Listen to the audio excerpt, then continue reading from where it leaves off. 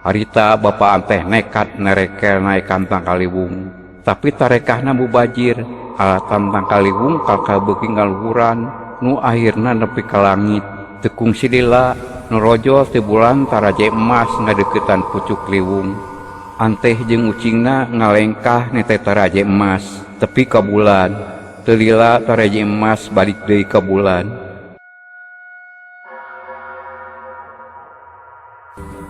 Bapaan teh maksakeun maneh naik tepi ka puncak tang kaliwung. Tapi barang nepi ka puncak liwung, bapaan teh ngarandeg cicing siga patung. Rek turun jauh teuing, rek naik eueuh taraje. Nu akhirna ngarasa teu kuat tepi ka tiwasna. Di bulan anteh diurus ku bidadari nu jadi ratu di bulan. Anteh dibere pagawean nganteh jeung ninun.